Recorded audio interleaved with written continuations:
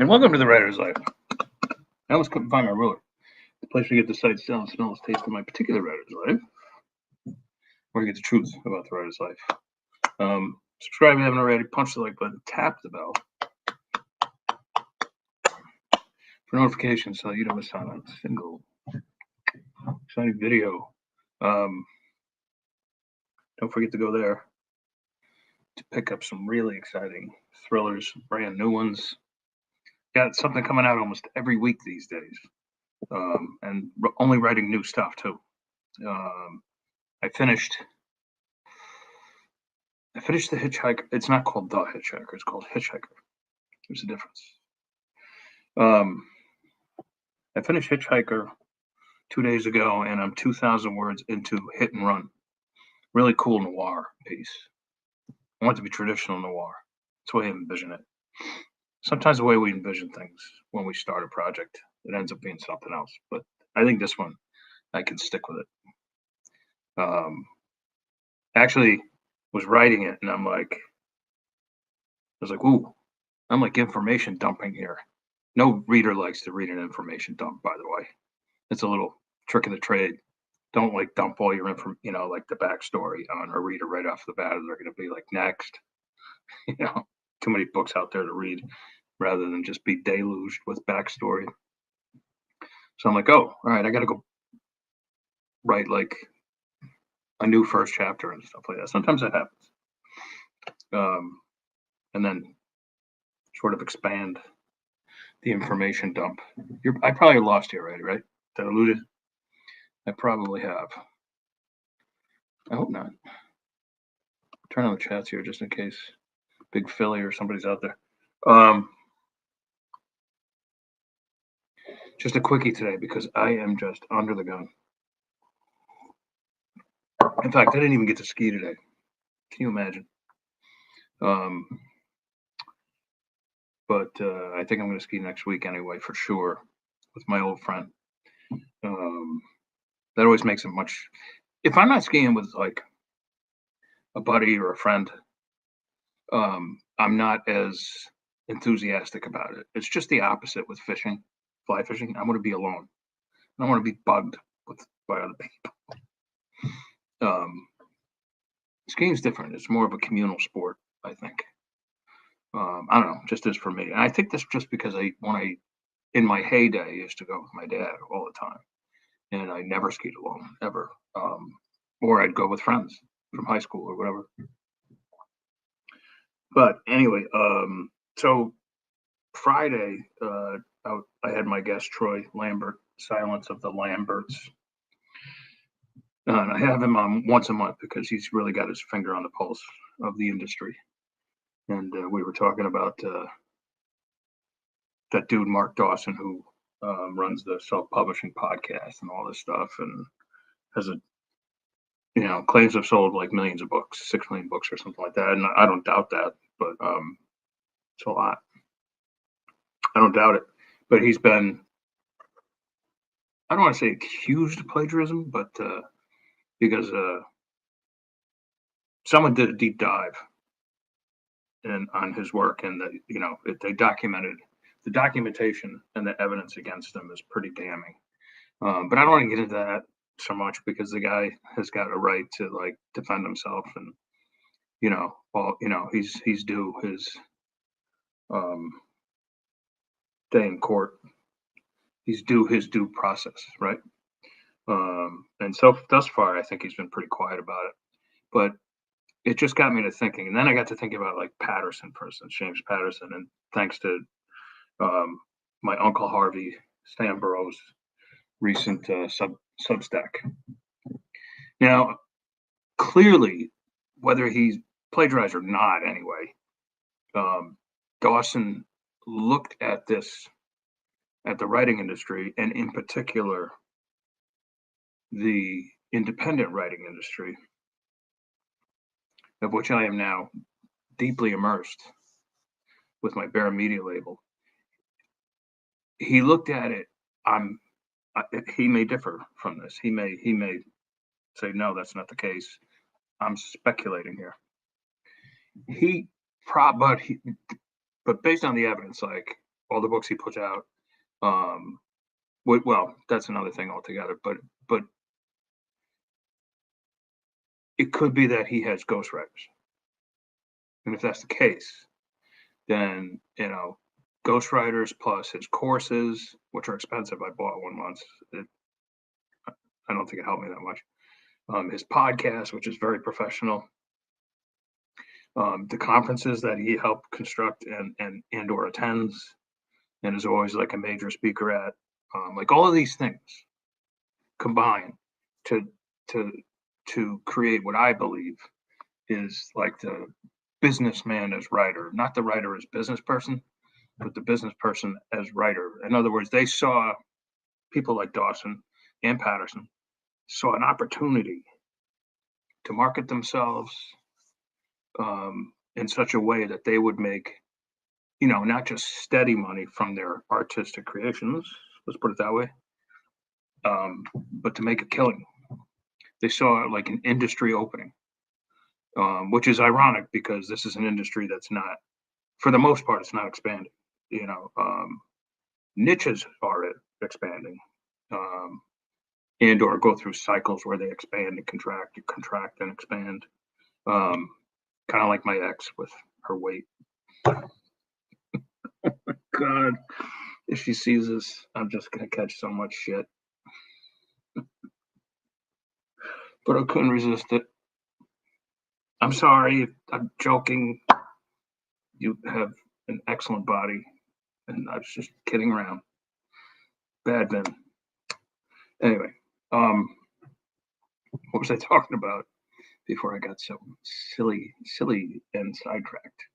Oh yes, the contraction and expansion of portions of the business. For instance, right now thrillers are hot, mysteries are hot, and they are only number two to only second in line to romances, and romances are always hot, right? They're always at top in terms of genres.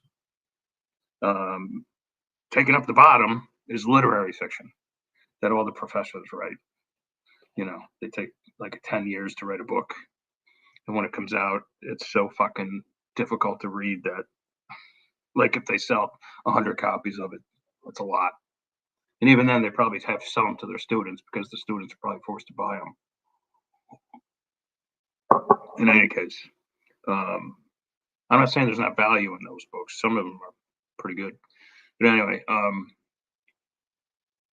but in a whole, as a business, you wouldn't say like, oh, I'm going to start a business, like publishing. I wouldn't go there if I haven't been into it for 25 years already and know my ropes. I'd choose something else like artificial intelligence or whatever, something like that. Fuck, go into coffee. Like my buddy Ben Sobiek, who is also a best-selling writer and has sold movie rights and all this, but he's also a businessman, and he sells all sorts of products. I think that's a good move.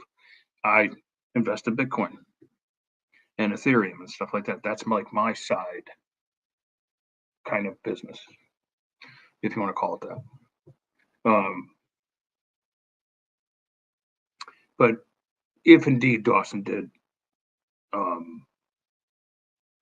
cheat to try to get ahead, that's not a good thing. Obviously, it's not a good thing, because now his credibility will be shot if that's the case. But I don't want to come out and say that his credibility is shot. I don't know. Maybe he has perfectly good explanations or a perfectly good defense to put against these allegations. Again, though, I've seen him, and it looks off. It doesn't look good. But moving on to Patterson, like Harvey says, Uncle Harvey, this guy Patterson, who no longer writes his books, he hasn't written his own books in years and years. And in fact, I know a few people who have written for him, and I've yet to meet one who said the process was unbelievably fun. No, I've heard only from one guy who said like, well, they didn't like the first draft, but the second one was okay, and it was good, and that was it. I got my money and moved on. This guy's a really good writer too. to another woman who told me she got her $100,000, but she claims she literally almost had a nervous breakdown throughout the process. And I can um, commiserate with her, or I do commiserate with her, because essentially what you're doing is a ghost job, right? And the one big ghost job I had where I got like 50,000 bucks, and he sent me all around the world. The guy really did. He drove me so fucking insane. God rest his soul. He's dead now. I almost did have like a nervous breakdown over it, because it was taking up all my time, and he cut the payments. And because he would just argue with me over single little sentences that, say, George Bush wouldn't like, like the stupidest fucking shit. And I just, excuse my language. I was like, once that project was done, other than a couple other little things I did for other people, I was like, I am not a ghostwriter. Even though I do ghostwrite tons of articles, that's different. It's like 750 words or 1,000 words. You're in and out. You're not dealing with the client directly. You're going through a broker. That's different. But when you're working with somebody on a novel, your aesthetic and their aesthetic are different. So you clash. But a lot of authors do this for a living. They ghostwrite other people's books. I don't, and I don't want to. And I have to say, if Patterson called me tomorrow and said, here's, I'm giving you the $100,000 deal to ghostwrite a new, I don't know, what are his series, his books, just like Uncle Harvey says, his books don't do it for me. And they never, other than like the first one, I think it was Along Came a Spider, it was the first one maybe. I don't think I ever read one after that. I thought it was milquetoast. I thought the use of his, he's like a rich white Floridian. He's writing about, like, his detective is a black dude in the hood. I'm like, this is a gimmick. I just never bought it. I never bought into it, and I just thought the books were boring. But hey, man, the guy's sold a kabillion books, so who am I to say, right? I've sold maybe 1.5 million books, but that's nothing. That guy sells 1.5 million books per month. So there you go. Don't listen to me, But what I'm getting at here in my very obtuse way is that Patterson also, like Dawson, saw an opportunity, a business opportunity, in the writing world, in particular the fiction world, and he exploited it to the nth degree, right to the point where he didn't write anymore. He would just outline and boom, hand it off to a professional writer and go on to the next thing. That's why he was able to put out I think on average probably a book a month. That was unheard of, like completely unheard of since the 20s and 30s and 40s, when the pulp writers were at their best. And those pulp writers, the difference between Patterson, Dawson, and the real pulp writers of the 20s, 30s, and 50s, that those writers had that real gift. They could be prolific on a manual machine, writing for a penny a word and making millions of dollars doing it. They had talent. They had extreme talent. And I don't know if they were into it for the business model. I think it was just like they had to do it because that's what they were made to do. And that's the way I feel. I definitely see a terrific business opportunity in indie publishing. There's no question about it, but I'm a writer first. And I do it because I love it. I don't do it because, like, oh, well, I can make money at it. If I wanted to make money, if I wanted to make like good money, I'd go do something else. I'd go back to the construction industry or something. Not that they would take me, but I would do something else. This is a labor of love. This is like a priestly calling, in my opinion. I'm not placing myself on a pedestal above Dawson or Patterson or anything like that, or as a human being. I'm just saying I do it because I love it. I'm good at it. And That's the first. That's the primary reason I do it. And the second reason is to make a living. And I think these guys, it's in reverse. They do it to make money. And I don't see if, like I said, if Dawson was plagiarizing, um, he's not into it for the love of writing. He's into it just to make money. And if with for sure Patterson hires out his writers, so he's not into it for the love of writing either. And it cracks me up when you see like, oh, the master class with James Patterson. And where's it? I get one of those old pens, right? You dip it in the, and it shows him like with one of these old fashioned pens, like with the stern face, like writing on a legal pad. Like, what a bunch of horseshit that is, huh? Anyway, all right, I wanted to get that off my chest today. All right, so I got a guest Friday, Tom Abitable, and we're going to unveil like a really special thing for Bear Media that Tom did, and we're going to talk about what that special thing is in his new business. Speaking of business, Tom loves to write, and he's a good drummer too. I didn't realize it. We just happened to figure out that we were both that we were both drummers. So we have that in common too. All right, but he will be Friday, and I don't think I have anybody else this week. So that is it. All right, you guys. I hope that made some sense. Let me know what you guys think. And ciao, ciao.